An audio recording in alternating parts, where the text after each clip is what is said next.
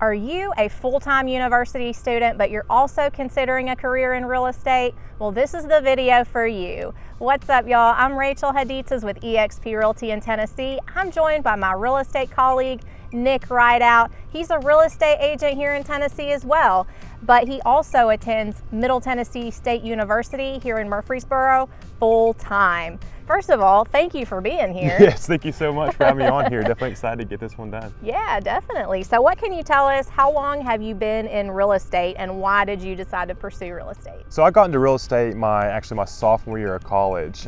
Is a path I decided to take, sort of a family thing. My mom has been a broker for 10 plus years and it has felt very natural to me. I've always enjoyed going out and being able to experience this. And I knew that's a path I wanted to take. I also wanted to get my education. I wanted to get it done.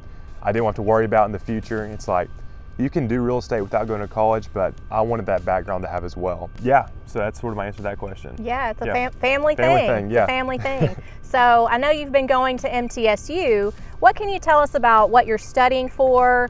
How much time are you working per week on your university studies, attending classes, things like that? For me, I chose the route of wanting more flexibility in my schedule. Because as you know, real estate can get out of hand sometimes and you got to balance it. You got to have really good time management.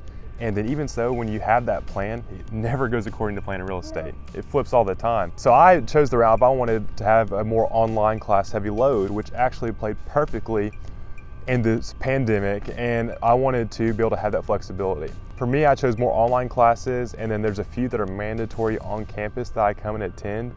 But the way I set it up is that I only have classes on Tuesdays and Thursdays in either the morning or the evening. You want to have those specific times, that way it's allotted to your business. As far as hours per week, my mindset of getting classes done and staying on topic and getting good grades is to pretty much have a pipeline. So in the first 2 weeks of class, I like to get ahead of it, and I like to be ahead of about 2 or 3 days, even that little. That allows for you to have, if something comes up in your schedule, you have that cushion to where you're okay in your classes.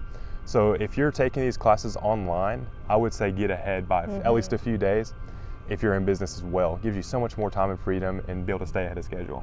Yeah, those are some really great tips. So speaking of time management, how exactly do you balance, going to work, scheduling with your clients around your class schedule? So my goal is, real estate is not a 9 to 5, but with people, you ideally want to meet them around that time. So for me, with school and stuff, I usually do it early in the morning or later in the evening when you're not around distractions. One resource I highly recommend that's helped me out a lot is the book Deep Work by, I believe it's Cal Newton.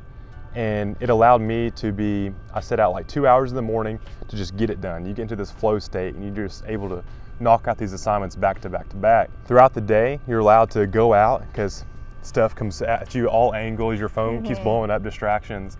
And I want to be able to take care of my clients when the phone is there. I want to be able to take care of them. So for me, I allow that time during the day to really focus on the business side. Then at the end of the day, after my workout, I come in and get that last hour or two of schoolwork done without distractions. Besides, maybe a few friends, but it's okay at that point. Yeah, right, yeah. Man, that is a full schedule for sure. And how do your classes help you as a real estate agent? I'm sure they help, there's a symbiotic relationship there, if I'm using that word correctly. Yes, absolutely. I believe it's very correlated. So, to me, you got your confidence level and your competency level, and with school behind you, it allows you to build both at the same time.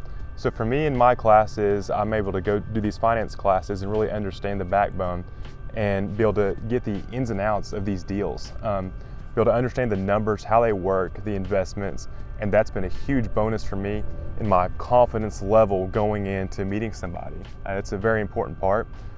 You've done the work, and that's what gives you that ability to go out and just be ready to go.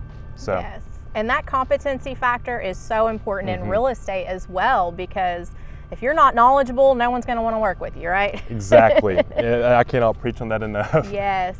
So what other tips would you recommend for someone that's a full-time student or wanting to do both school and real estate at the same time?